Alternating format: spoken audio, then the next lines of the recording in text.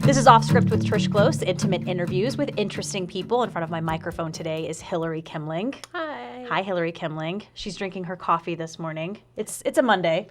Hilary Kemmling had a housewarming party yesterday, so. That's right. Hilary Kemmling needs coffee this morning. You did. How was that housewarming party? It was a lot of fun.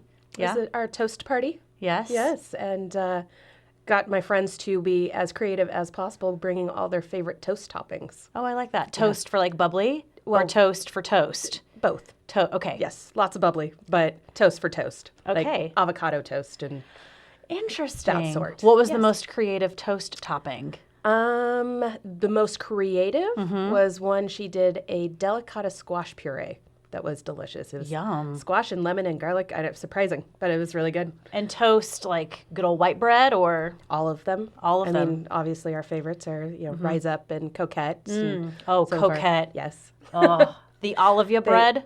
That we saved that one for last. That is my favorite bread they make. It's got like chunks of olives and goodness. I didn't get to try it. I was sad. We saved it for last, but then it was devoured. The arm candy, though, can't go wrong. Oh, yeah. And yeah, their names of their bread, too, is really good. Okay, so where are you from originally?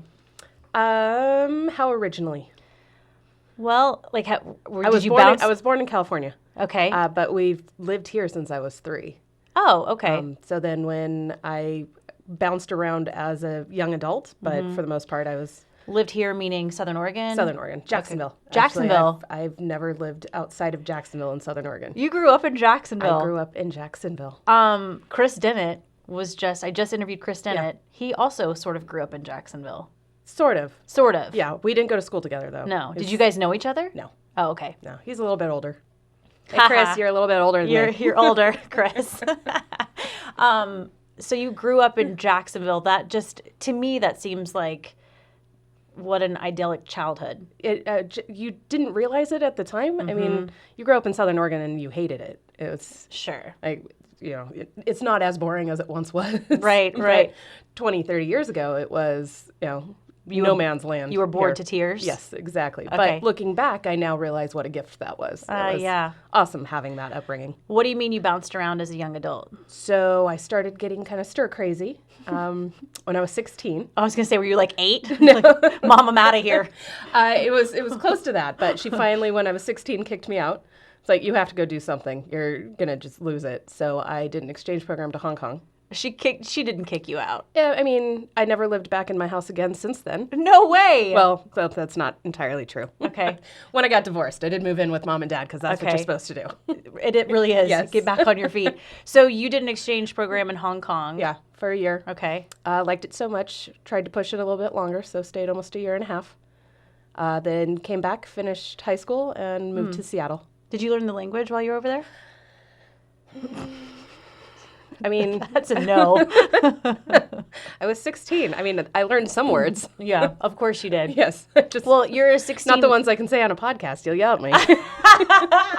You're a 16 American girl, so you're like this adorable... You don't need to know anything. No. Well, and I mean, the beauty of Hong Kong is it was a English or British colony, so they speak English there. Well, I went the year of the handover, so it was British territory until that summer, and then I moved there a month later. Okay. But everything was still in English. People, I mean, they have more Americans in Hong Kong than they do in Medford.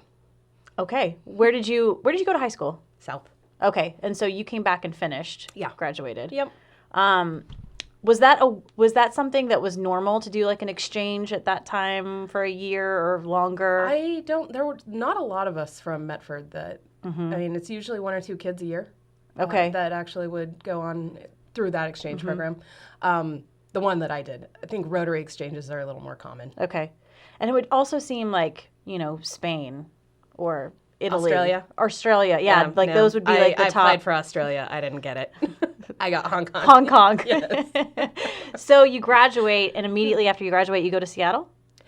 No, I moved down to LA. My brother was living down there. He had just graduated from college. Okay. And so moved in with them for the summer. How old were you? 18, 17. Trouble. I was pretty good. I'm not buying it. It was more, again, back to the when I was 16, my mom and I were just like, nope, two queen bees, we can't live together. So big time. This was the concession. I was like, all right, I'll move in with my brother for a bit. And then finally, at the end of that, went up to Seattle. Okay, for what? Just because? College. College. To UW. Oh, okay. Yes. All 4 years? I'm actually a husky. Yay, you are a husky. Dogs. I know. You guys. I was there. It was gut wrenching. That the Ducks thought it was a great game. They kicked and they made it, and then you're cheering, you're excited, and then it was a timeout. And they did it again, and you're all excited, and it was a timeout again. Yeah. And then the third one, you're like, all right, well, he did it twice. He can do it a third time. Nope. Sure. It was. Well, the Ducks thought it was a great game. No, the Ducks were ecstatic. It was a great game. I mean, it was the first. So I've gone to the Eugene one for the last 4 years. Mm-hmm. And it's probably the first year that it was actually an equally matched team. That's good. There have been last year it was, Ducks just bawling. I enjoyed it. It was excellent. I guess 2 years ago. Right. 4 years ago I went and the Huskies got destroyed, and I was in the Duck Club, and I did not come out to the stadium the entire time. I just sat there and cried in your beer? Yes. Mm-hmm. Well, to me, I mean, I'm not a huge sports person, but I love a good baseball game, football game, basketball game. They're just in fun. person. On TV, they're hard to watch. Yeah, they are. Yeah, going to the games is definitely a much better experience. For sure, especially surrounded by all those people. So you're in college in Seattle. What are you studying? A lot of things. Okay. Were you going to be a professional student? This is... I was on a time limit. I was like 4 years. I'm not on the 7-year plan. Oh, my parents were like, we'll pay for 4 years, then we're done. Yep. So I'm like, okay, I'll finish in 4 years. I am one of 6, and that was essentially our family rule as well. That my parents were like, you get 4 years. Wow. We cannot manage to put 6 children on the 7-year program through college. So. Okay, I didn't realize. I didn't ask that question. I usually ask if you grew up with siblings. You grew up with 5 other people. So 2 full brothers, 2 or 3 step siblings. Okay. But we're 30 years in, so. Okay. I'd say when you're 30 years into a family, pretty much you consider them all family. Oh, for sure. Yeah. It's just easier to explain. Yes. Like, you don't want to have to explain your family situation on a podcast, for instance. Oh, and be like, people would be confused. They wouldn't want to hear it. It's just like, too many of us. There's 6 of us. Just deal with it. Did you guys all live in the same house at one point? No.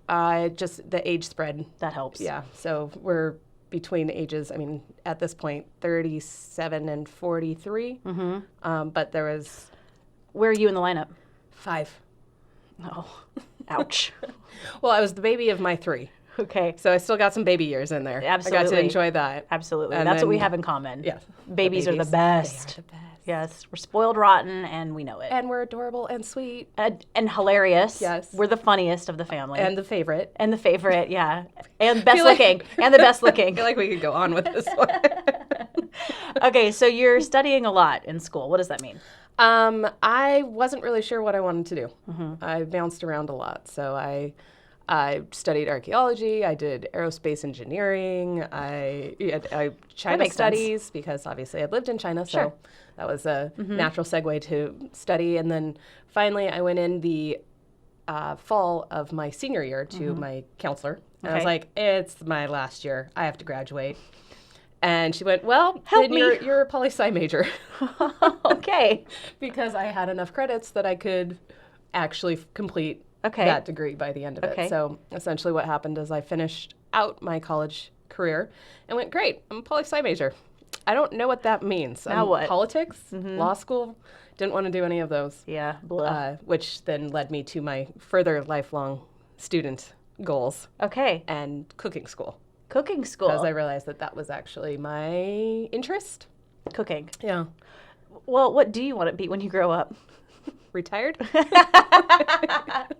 I like it. So you decided, was it right after you graduated, like, I really like cooking? I'd been kind of sitting on it for a bit coming up to graduation, knowing that, graduation happens and that's, life starts then. So you get a job or you figure out what your next step is. And I'd been that kid that was opening up fake restaurants since I was little. Oh my God, that's adorable. Yeah. We had Alex's Max's. Sorry, it was Max's. And it was a set menu, so you didn't really have a choice. Yeah. Other than we'd write fake things on the menu and cross them out and say they're 86th. Which sister, is super fun. Yes. Always. 86 the potato skins. My sister, younger sister, so this is where it gets really complicated. She's the other Hilary. Okay. Oh. Uh-huh. You had 2 Hilarys? 2 Hillarys. So we call Laurel, who's the other sister, the other Hilary. She responds to anything. So the other Hilary was a little dramatic. She liked... People don't believe me. They're like, the other Hilary. And I'm like, yeah, the other Hilary. There really is another one. Is she 2 L's or 1? She's 1 L. So we No way! And we are 4 months apart. Okay, that's just too weird. What my favorite is when people ask us if we're twins. Like, I mean, we don't look like twins at all, but yes, most parents name their kids their twins. We're going to have 2 kids at the same time. Let's both call them Hilary so we don't have to remember another name. Because they're at like 5 and 6 now, so why would they want to remember another name? Oh, people, come on. Get with it. So she was an actress. She did all, like, drama kid. And for our fake restaurants, she would dress up as very diner-esque. I mean, stuffing the bra and everything. Like, what can I get you, Derry? Like, yes. So it seemed as a natural progression when I got older that I was like, I was doing this my whole life. Why didn't I realize this? You guys you were honing your grown-up skills as young children. Yes. She was really, trying to be this actress and get into character. And you were like, what can I cook? And I was just forcing food on people, always. That's awesome. Yeah. Did your family cook? No, which is, I think, why I ended up being a cook my mom cooked, but she wasn't a cook. Like, was dinner like a thing, though? Like, sitting around having family dinners was definitely okay. Like we did sit at the table, and cooking was usually a family activity that we would do together, especially like stir fry night. We do a big teppanyaki, like pull the big griddle out. And beautiful. Baby carrot or baby corn where you have to sit there and eat it, Tom Hanks style. Tom Hanks style, yeah. I don't, and it's sad. It's sad to me because I grew up. We always ate around the table, like always, like almost every night, unless it was just. It was almost fun not to eat around the table because we did it all the time. Yeah. Sunday dinner was a big deal. And it makes me sad that there are families that didn't have that. And it's just, because I feel like it has an impact on you growing up. I think it's important for the kids, especially knowing that they get that connection with their parents. Like, I try to so I have 2 boys. And the part that's the hardest is the schedule. Oh, tell me about it. Because some nights we don't get home until 7:30 from soccer or baseball. And you're like, screw the kitchen whatever. table. Yes. We're not eating. No. Here. Yep, sandwich. Yeah. Or In-N-Out on the way home. Exactly. Yeah. I was just going to say In-N-Out. Five Guys. Haven't gone there yet. Yeah, I've heard. We have a reporter here who's into it. Who's checking it out for us. Oh, he's been a couple of times. How are the fries? Just need to know. Okay, so this is what I've heard. I've never been to a Five Guys ever. So I've heard don't get the large fry. Just get the small fry, because the small fry, what they do with the large fry, it's a small fry, and then they just like dump a whole nother scoop of fries in your bag, which to me, I'm like, that sounds like heaven. Why would you not do that? I've just been told, don't do it. And the small fries are enough to feed like a small village. Oh, okay, so it's like the kaleidoscope salads. Yes. You get the side salad, don't get the entree salad. Dude, the salad. What's wrong with it? Nothing. It's just so giant that it doesn't fit on the plate. Back Porch Barbecue. Yeah. Their salads are ginormous. They're great. I'm going to be honest, I don't go there for salads. Oh, okay. It's Back Porch Barbecue. Right. I do get the smoked chicken on the salad. Like, Southern girl, you would think that you'd be like, oh no, I'm going for the barbecue. I've had the salad there a few times. I've also had their brisket and their ribs and their pulled pork. I'm just saying the salad at Back Porch Barbecue is gloriously huge. Okay, good to know. Also does not fit on the plate. I mean, is it a tiny plate or it's like a normal plate? It's a big plate. Okay. And we are not endorsing, this is not a commercial for Kaleidoscope or Back Porch Barbecue. We're just talking about food, opinion-based only. Other restaurants that we happen to go to. Exactly, yes. Exactly. So you decide pretty shortly after college, this is what I want to do. So did you research cooking schools? Did you know which one you wanted to go to? So I was in a sorority. Okay. In college, and I had a sorority sister that also wanted to be a restaurateur chef. That was her dream. Oh, okay. She did not do that. She went into mortgages. Makes sense. Yeah, she did really well for herself. She's now living. She's 37, 38, and now living pseudo-retired outside of Seattle. You're like, I should have gone into mortgages. I know. I'm like, why? How did I choose this? So we were kind of the two of us, bouncing and dreaming up ideas and everything. I love it.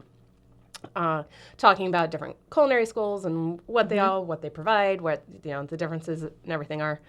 And that's how I kind of ended up finding out that there's the two main ones in the country. There's huge, vast networks of like the Cordon Bleu schools, and but the two that are really dedicated to not just a culinary background, but also a management background. Okay. Which is kind of the difference between Culinary Institute of America, where I went, and Johnson & Wales, which is the other kind of the two top culinary schools, is that they really have a management focus.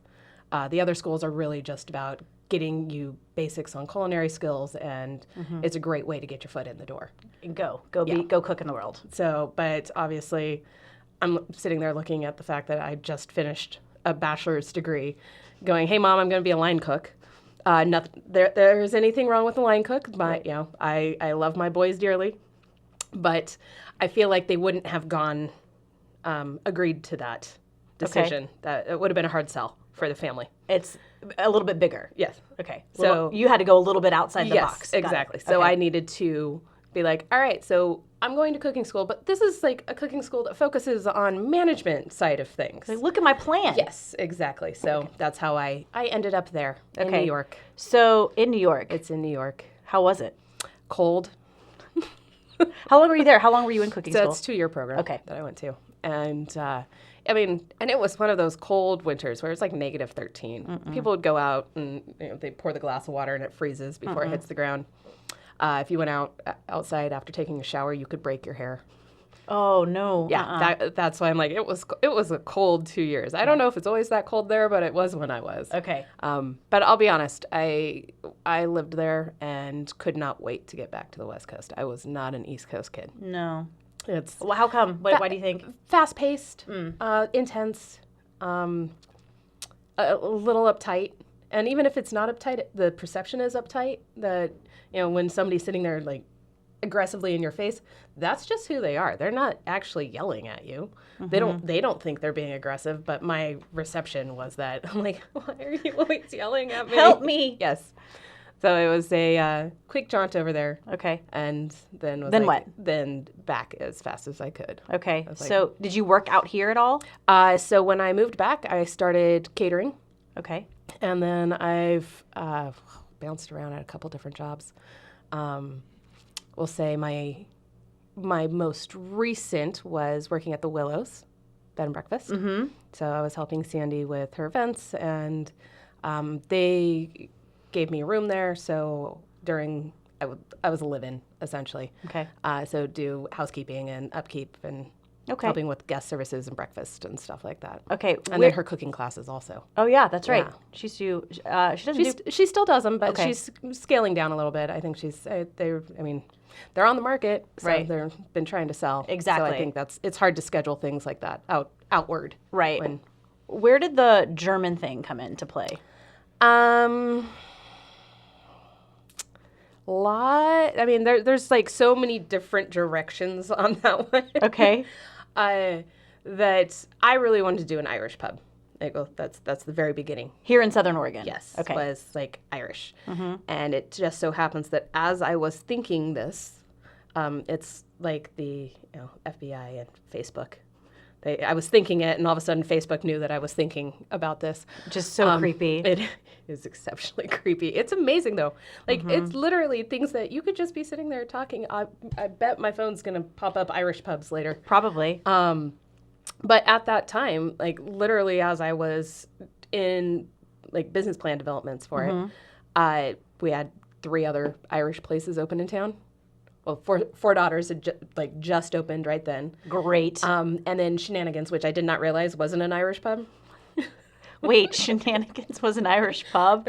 I think the name implies Irish pub. So I was like, I just heard the name. I hadn't been down there yet. Okay. And then what else? I feel like there was one in Ashland also where Neil's place is, but it was an Irish place originally. That's just But I didn't realize that they weren't like real authentic Irish pubs. I mean, Four Daughters, they come and go on. You were wanting, I mean, I guess we'll explain what you wanted as far as an Irish pub. You wanted to be like legit. Oh, like if someone from Ireland came over, where they would be at home. The minstrels, the Irish minstrels that come, like that's really what I missed. That was one thing I loved about the East Coast. Was that you go into an Irish pub and you've got the guy that's, it's all the drinking songs and all the regulars. It's very Cheers-like, but Cheers without it just being norm. Like, Cheers with personality. Exactly.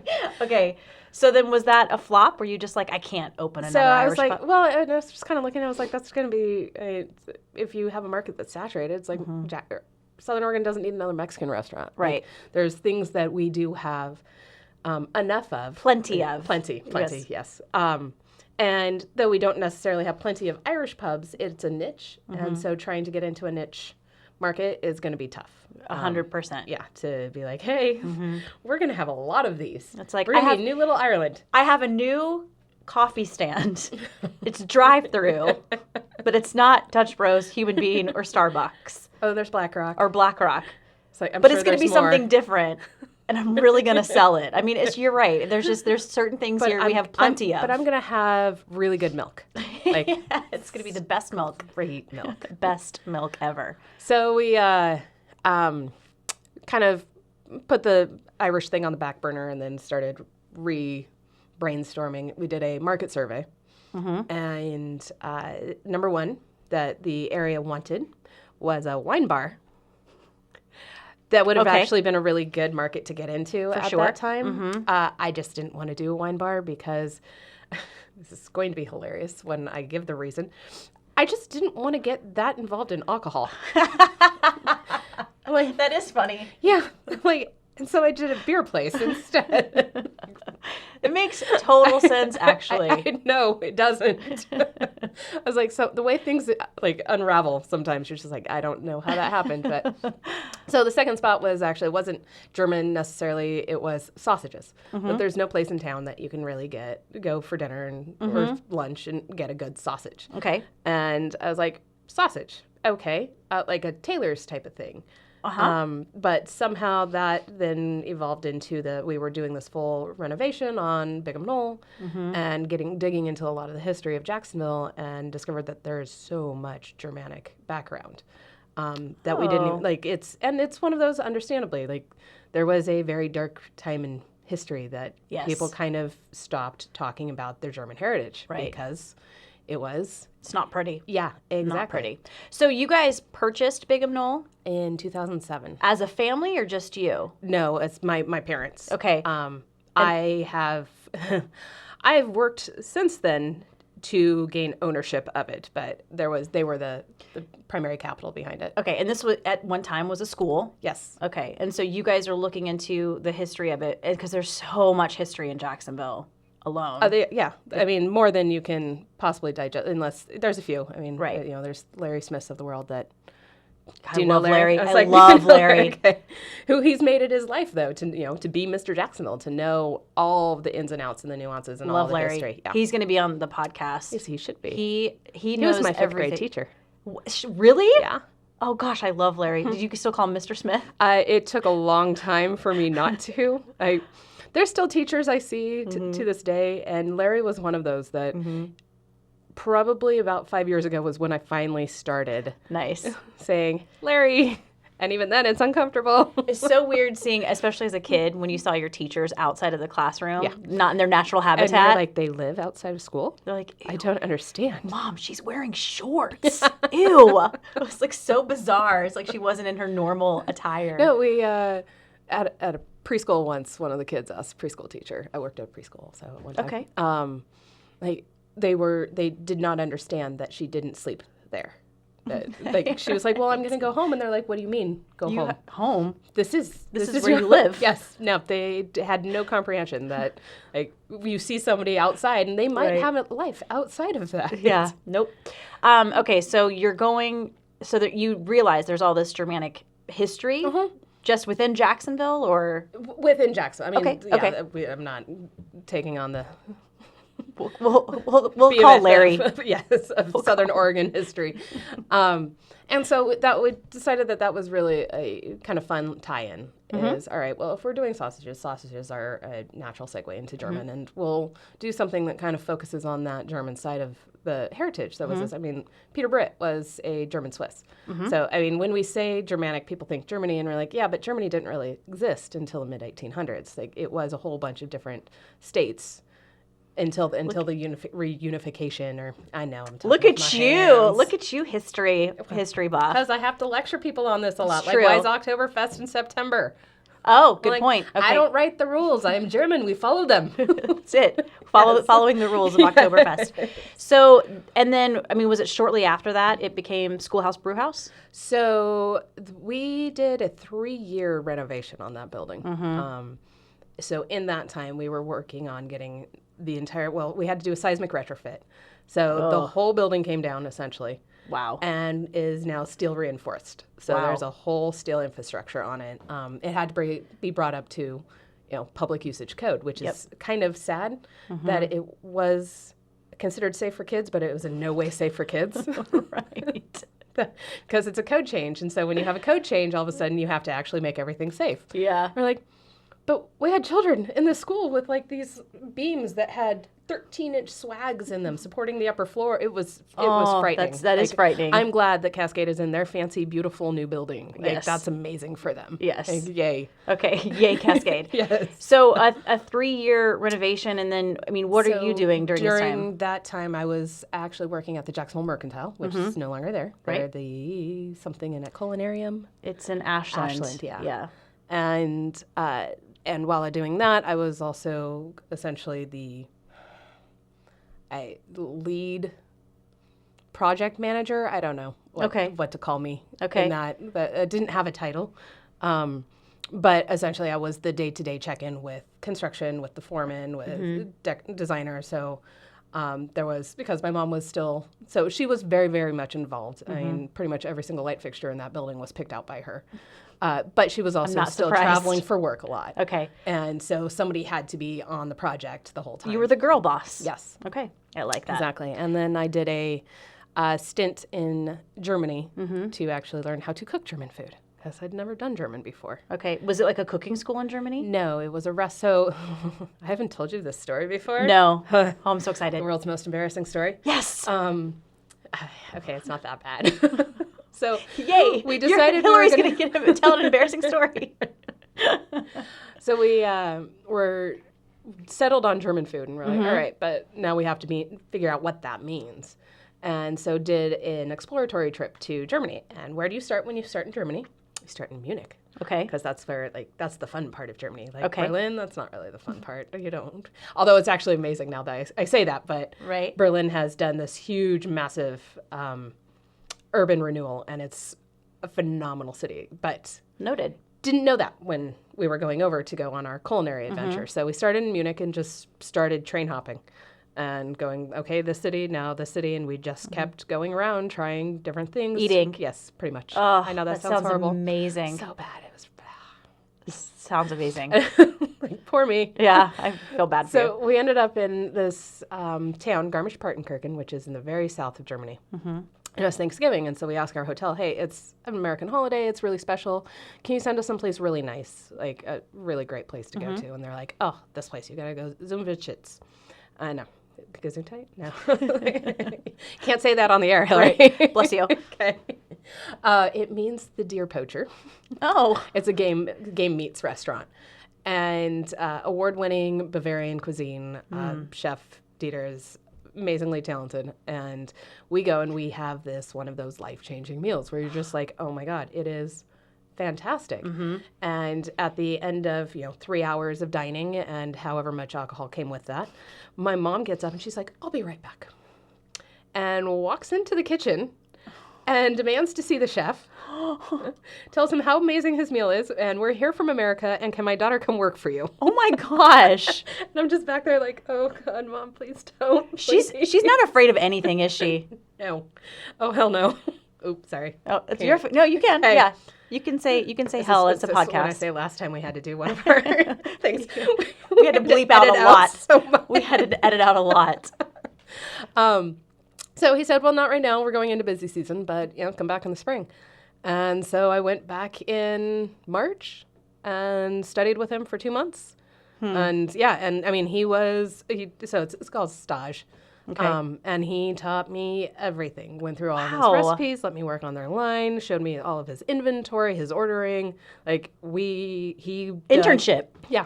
But intensive study internship, which is actually, I guess, really common in Europe and in some of the higher end restaurants around the U.S. It's something that seems totally foreign to us. Mm-hmm. So at the time, I didn't realize that he was like, oh yeah, no, that's fine. It's a normal habit for them or practice. I see. I didn't realize that. Right. I was mortified that my mom would be so presumptuous. Of course you were. It goes back to something that you never know unless you ask. Yeah. You never know. The worst thing he could have said was no. No crazy lady, get out of my restaurant. No crazy American lady, out. But yeah, you have no idea if it's even going to happen unless you ask. So is that where you learned, is that where you kind of pulled your menu from? Learning? German you? German me? German you. That's when I decided I was German? Yes, you're German now. Wait, did you get inspiration? Kemmling, my last name is very German. I was just going to say. Yes. Did you pull inspiration from that internship, I guess, for the menu at Schoolhaus? Oh, 100%. Okay. I mean, and he even knows that. So actually, Larry Smith, speaking of, went there a couple years ago. So was going to Germany, and we're like, hey, you're going to Garmisch-Partenkirchen. You should go to the restaurant, go to Dieter, say hi. I take him a menu. So Larry went and took him our menu and some pictures and brought him all. Because we, tried to stay in touch via email for a while, but that's awesome. Unrealistic. Right. I'm already probably just sitting here. I'm 100 emails behind. So. Oh, same here. I think I checked my phone. I was 150. Yeah. Ugh. Makes me nauseous a little bit. Just start filtering them. Delete. So you come back, and when does Schoolhaus Brewhaus open? And at this point, it was Frau Kemling's Schoolhaus. Frau Kemmling's Schoolhaus Brewhaus. Which is a big deal. That it's such a long name. Yeah, it's like the longest name of a restaurant. It's German. It's supposed to be. It's not German unless it has 18 syllables. Yes, exactly. There's 2 vowels in there, I think. Maybe 3. So we opened September 1st, 2010. Mm-hmm. Was it important to you to incorporate a lot of the history? Because when you go, it's very, there's historic pictures on the wall. And so the whole building, if you come and actually see the entire building and get a tour through have I ever given you a tour? Yes, we did a ghost hunt. Oh, well, that was a dark. But we actually should talk about the ghost hunt, but go ahead. We've got another one coming up. But, yes. A ghost tour. But, okay. So all of those historical pictures really are focused around the heyday of that building, the school in Jacksonville. Mm-hmm. The books, so we turned into auction junkies, it turns out. So when we were building, it was the same time that the school districts, they had gutted and were remodeling Oak Grove, Lone Pine, North Medford. They had just gutted everything. Okay. And so my mom and I would go to auctions, and we'd be picking up those old wood teacher's table desks. Beautiful. For, $50. Oh, that's amazing. And, it was, so that's how we got a lot of the historical pieces that are there. And then donations, like crazy. People bring us stuff all the time. Historical things. Yeah, because they approach us almost as a museum. You guys really are. Where we try to keep it on display. We try not to, people occasionally somebody will be really heartfelt about, we had this one that was a letter spelling sheet. Okay, and he was like, oh my God, this looks exactly like what my grandma had. It was the same weird lettering. It's the German Gothic lettering and stuff on it.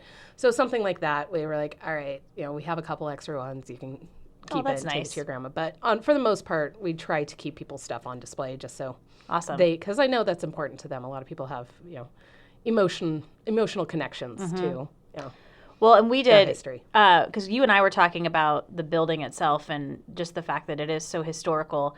And my husband is a ghost junkie. He loves anything that's haunted and the stories behind it. And so he asked, is this place haunted? And you said? I said I never believed in ghosts until I worked here. Yeah. Yeah, it was never, I'm like, no. I mean, I'm a relatively religious person, and I was like, nope, that ghost, no, you go to heaven. Or you go to hell. But either way, you don't go here. Yeah, you don't go to the Schoolhouse Brewhaus. I'll say we had our most recent one. We were standing, the three of us were standing on the end of the bar, and we're just talking. It was three employees. Okay. And we're just chatting about some things that needed to be done, and one of the bartenders is right there, and she's doing dishes in front of the dishwasher, and literally Stein and this isn't even late at night. It was 7 o'clock, 6 o'clock, 7, like it was still light out. Right. The Stein just slides off the shelf and hits her in the back of the leg. And the three of us are all just sitting there like, did that really just happen? Like, yeah, but things like that where I'm sure there was some earthquake and we didn't realize it. And, this one single Stein flew off the shelf at her, but I have to put something out there for the cynics. Well, but I mean, there's a ton of, you don't have to, go into it, but you have a ton of other stories about things that have happened. I can't say them all because I have to do them on my ghost tour. Exactly. Are you guys doing that? Is that a thing? So we did one last year. Okay. And we're like, 5-10 people. We had about 40 show up. So by popular demand, we're doing one again on the 25th. So we always do it right around Halloween. Perfect. Yeah. Can you drink beer on this ghost tour? Of course you can. Okay. It is encouraged. Encouraged to drink beer. Yes. Well, second beer in, people are like going to believe all of these ghost stories. Well, see, Kate and I need to have a couple beers beforehand so that we can actually tell the stories better. Right. I feel like if we go into it stone cold sober, then you get me who's telling you, well, but it really could have just been this. Yeah. And then I'll ruin it for everybody. Right. So in this world where, I mean, opening a restaurant and keeping a restaurant is hard work. It's a lot of work. Okay. It's nonstop. I mean, it's you get breaks, and I'll say I'm exceptionally. People complain about their phones all the time, like, oh, I've got this, leash, and I'm like, I am so grateful to have my phone because it allows me to actually leave, and I can still get work done if I'm not there. So. Right. But the point I was making is that Schoolhaus it's been very successful. Yeah. I mean, we're going on year 8, just passed. I actually didn't even realize. I felt really bad. It's awesome. Like we always try to do something on our anniversary, and this year it was 2 weeks later, and I was like, oh, it was our anniversary. We were just so busy that none of us even had a moment to recognize that we'd just hit 8 years. I'm going to wrap up in a second and get to the final 3, but talk to me about Oktoberfest. When did you guys, have you always done Oktoberfest, or was it something? We did Oktoberfest before we had a restaurant. Did you? So pretty much the year we decided that we're doing a German restaurant, we started doing an Oktoberfest. That's the way to do it. So even though we're only on 8 years of the restaurant, this was 11 years of Oktoberfest. And is it fairly, I've never been to Oktoberfest in Germany. Is it? I haven't either. Oh, okay. I know. I want to, but I can't. Right. Because I'd have to do Oktoberfest here. Right. Was it important to you to make it fairly authentic? And I try to. I don't want it to be, I mean, we do have some of the tchotchke, like we have the dresses, but I don't want it to be Disneyland. We're not mocking a culture. Right. That, we're trying to actually embrace it and showcase some of the best parts of, Bavarian culture. Right. And our Oktoberfest, I've been told, is, we try to keep it a community festival. Of course. And that's what people tell me. They're like, this is actually it's not like the Oktoberfest in Munich, but it's like the Oktoberfest celebrations around Germany, where you'll go to another town, and that's what they have, a small community festival that everybody gets behind. I like it. And enjoys. Whereas, the Oktoberfest is thousands of people, and it's a giant carnival at this point. So. Right. Still sounds like a blast. I'd love to go. I'm in. My dad's side of the family is Polish and German, and so he grew up with a lot of German food. Yeah. And when he came out to visit, I took him to Schoolhaus, obviously, and he was just, Yay. High heaven. Like, he just loved it. It's tough to please all the Germans, I'll be honest. Of course. You can't please everybody. Especially Germans.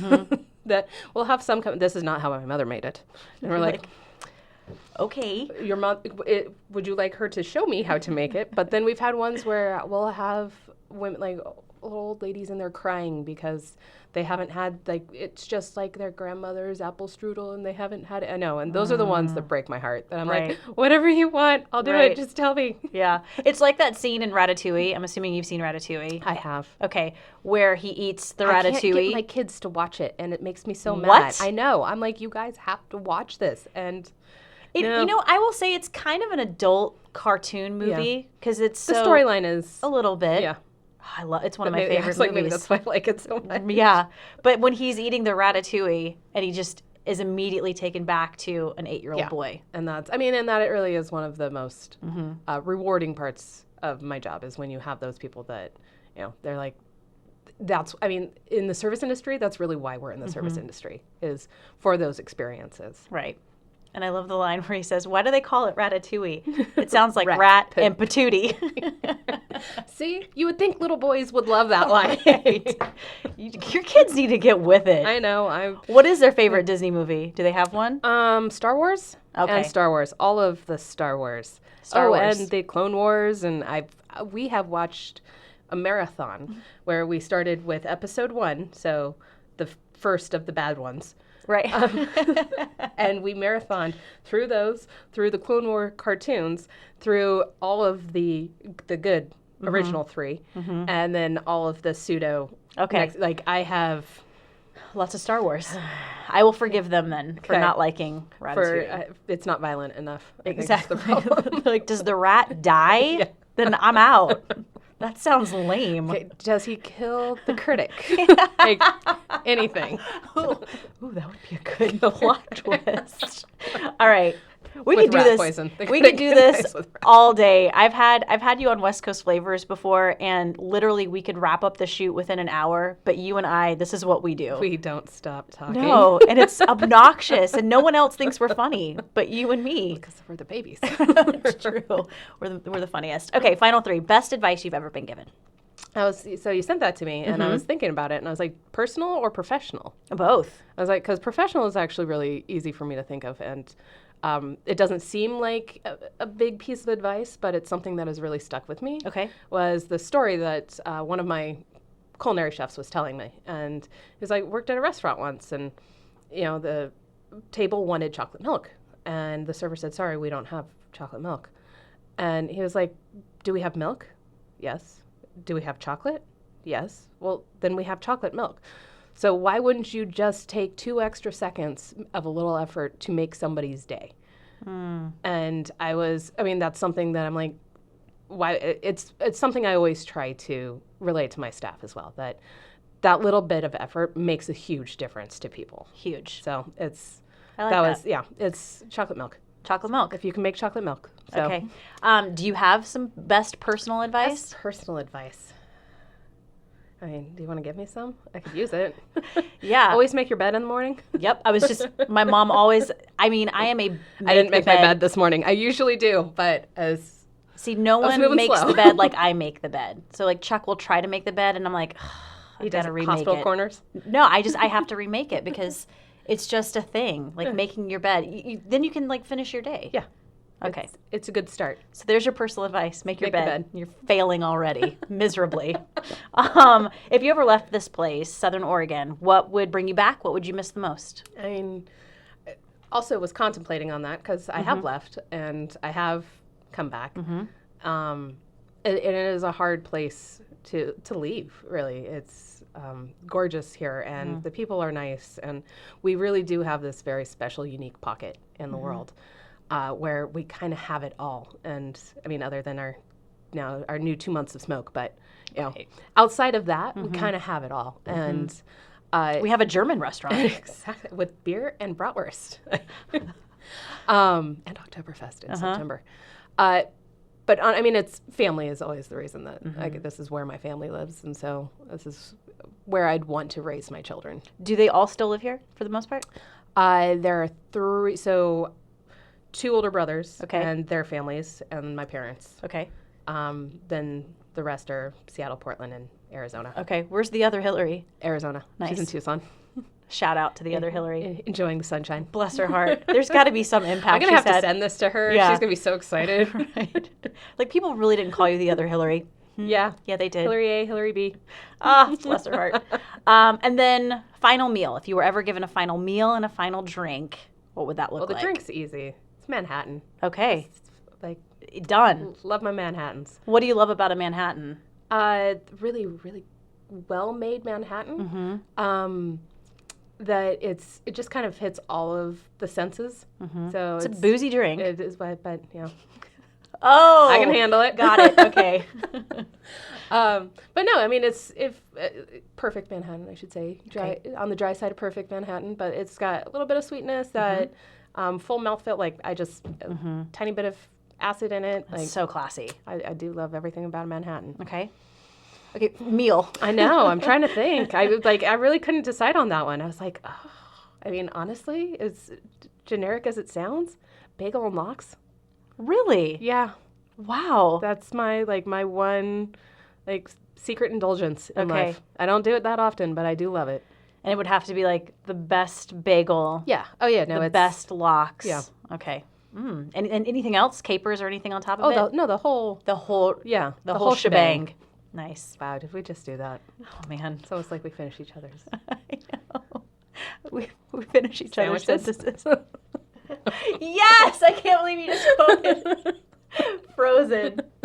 Sandwiches. Okay. I'm telling you, we could do this all day.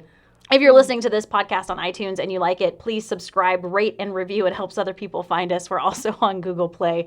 Check out the video portion of this podcast on ktbl.com. Just click on features, then off script. Hilary Kemmling, once again, thank you so much. Thanks so much, Trish. And you know I still have the bad center toast video. Bad center toast. Bad center toast. Thanks for being here.